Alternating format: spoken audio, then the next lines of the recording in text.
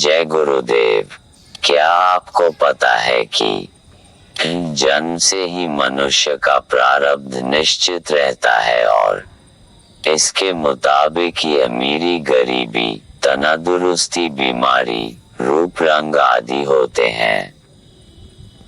यह पिछले जन्मों के कर्मों का परिणाम होता है। जैसा बीज पहले बोया है उसी का फल मनुष्य शरीर में खाया जाता है।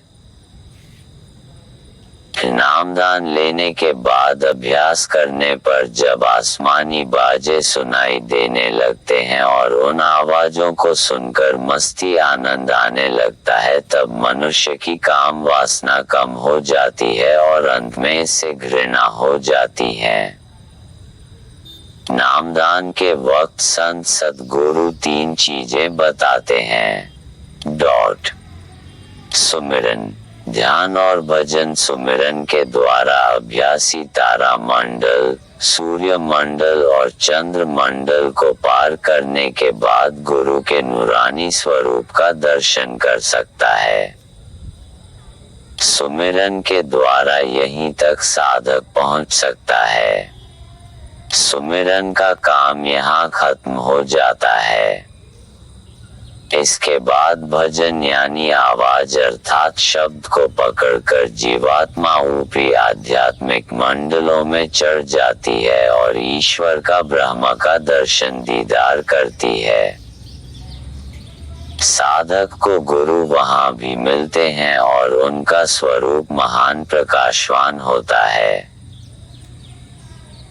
जब तक जीवात्मा सहस्रदल कमल, ईश्वर, त्रिकुटी, ब्रह्म और 10वां द्वार पारब्रह्म तक न पहुंच जाए, कोई रचना या वाणी नहीं कहना चाहिए, वरना सूरत नीचे उतर आएगी और अभ्यास में खलल पड़ेगा। पूर्ण गति को प्राप्त करने के बाद ही वाणी कहनी चाहिए। संत महात्मा में 4 विशेष बातें होती है। पहला यह है कि ये सबकी कड़वी बातों को बर्दाश्त करते रहते हैं, किसी की गाली को अपने पल्ले में नहीं बांधते। दूसरी यह कि वे बेशर्मी का जामा पहनते हैं, लोग भला बुरा करते हैं। 7 कमरों के अंदर बैठकर भी जो गुनाह करते हैं महात्मा सब देखते रहते हैं, उनसे किसी का कोई भी कर्म छुपा नहीं रहता। तीसरा यह कि जो लोग आंखों के ऊपर की साधना करते हैं यानी ध्यान भजन करते हैं और जीवात्मा आसमानों की सैर करने लगती हैं, उन्हें अंतर में प्रकट होकर दर्शन देते हैं, बातें करते हैं, प्रश्नों का उत्तर देते हैं। चौथी बात यह है कि कुदरत संतों के इशारे पर चलती है, वे एक पल में कुछ का कुछ कर सकते हैं। जीवात्मा जिस चोले में रहती है यानी स्त्री चोले में है तो मरने के बाद जिस योनि में जाएगी स्त्री का चोला ही उसे मिलेगा, और अगर पुरुष है तो मरने के बाद बंदर, चूहा, जानवर, पक्षी, जल के जीव आदि जहाँ भी जन्म होगा उस आत्मा को नर शरीर ही मिलेगा। यह पुरुष और स्त्री का भेद 10वें द्वार यानी पार ब्रह्म पद तक रहता है। उसके ऊपर त्रिवेणी में स्नान करने के बाद दोनों का रूप बदल जाता है। बीमारी 3 किस्म की होती है, जब मौसम बदलता है और तत्वों की तब्दीली होती है तो बुखार, खांसी आदि हल्के फुल्के रोग हो जाते हैं।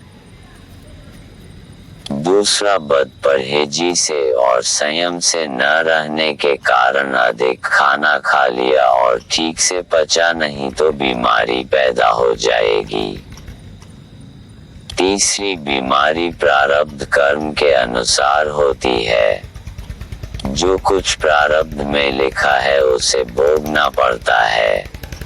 संत सद्गुरु की अगर कृपा हो जाए तो 12 आने या 8 आने माफ कर देते हैं और शेष भुगता देते हैं।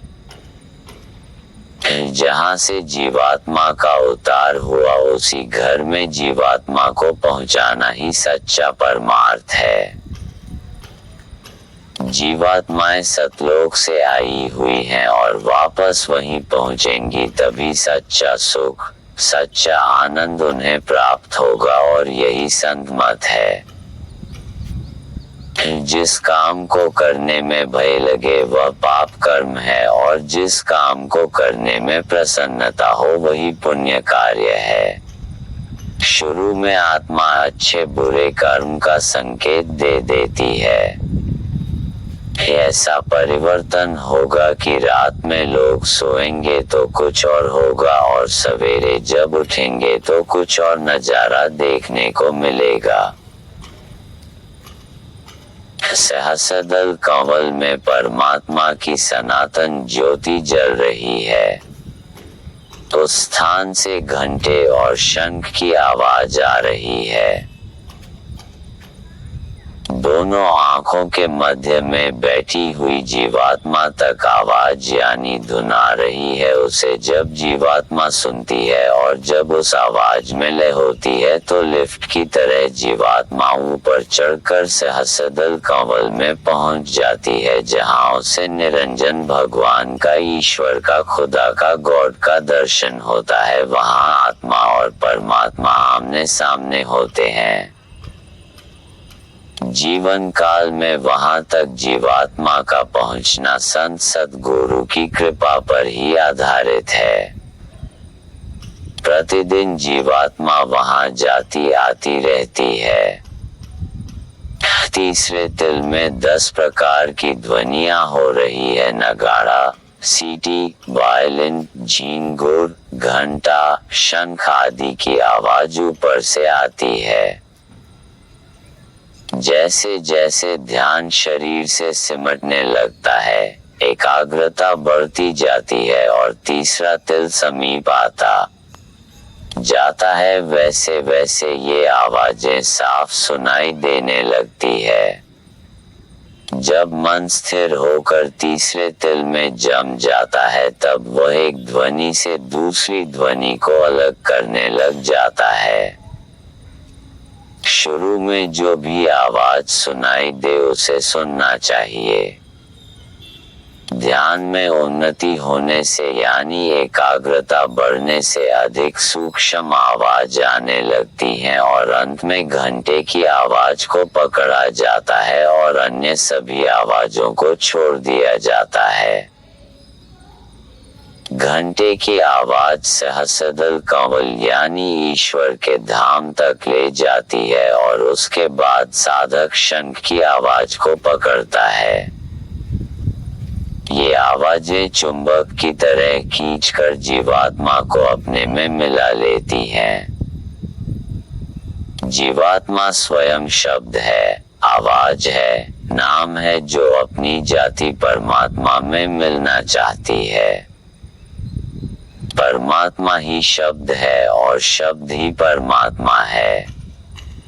परमात्मा समुद्र है और आत्मा उसकी एक बूंद। ईसा मसीह ने कहा है कि word is God and God is word. जय गुरुदेव। जय गुरुदेव नाम प्रभु का।